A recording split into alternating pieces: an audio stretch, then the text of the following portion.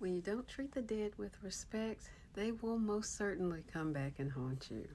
Here's a little Cajun folk tale that you may have heard or may not. It's called Knock Knock, Who's There? Around Laville, New Orleans, the land is so low and wet that you have to bury the dead above ground in a vault. That's because if the river were to overflow or a hurricane were to hit land, your family members might just rise up and come back and pay you a visit.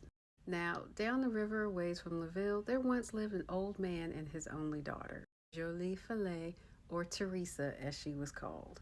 Her mama had died and left Teresa in the care of her greedy, miserly father. He worked the poor girl like a mule and dressed her in rags to boot. And though she was of marrying age, he would allow no man to court her.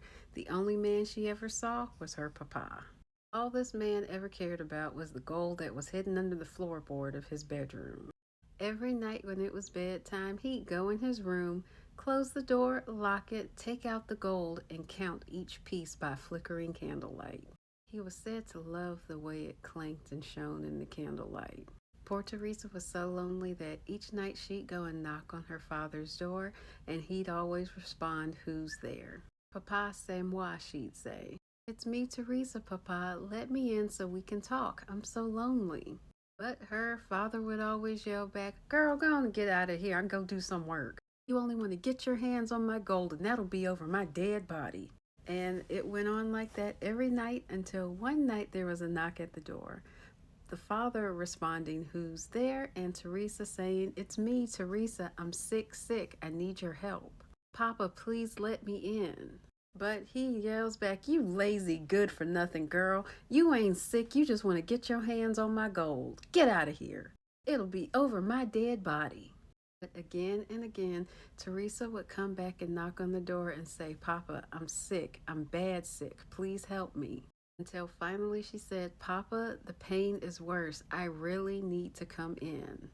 But her father's heart was as cold as those coins until the girl's voice faded into silence and the knocks were no more.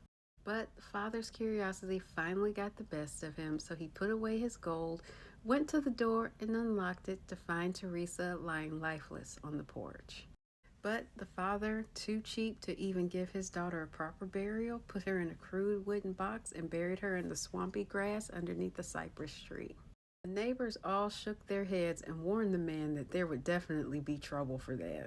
How could poor Teresa rest eternally in a grave like that? 3 weeks went by and a storm began to come up over the Gulf. Winds churned and the rain fell like needles. It was nighttime and once again the old man was sitting by candlelight counting his gold coins. Outside the wind howled and the man had no idea that the water had already poured through the levee and dark waters were heading his way.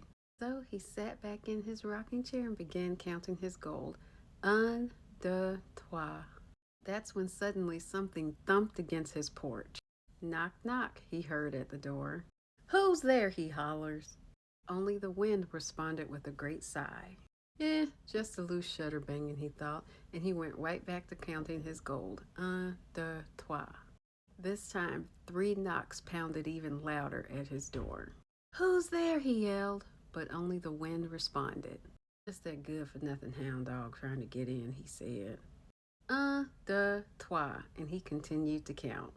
This time, 3 more knocks, even louder than before. "Who's there?" he shouted. But the wind responded with only a low, sad moaning. But this time, a cold shiver went down the old man's back.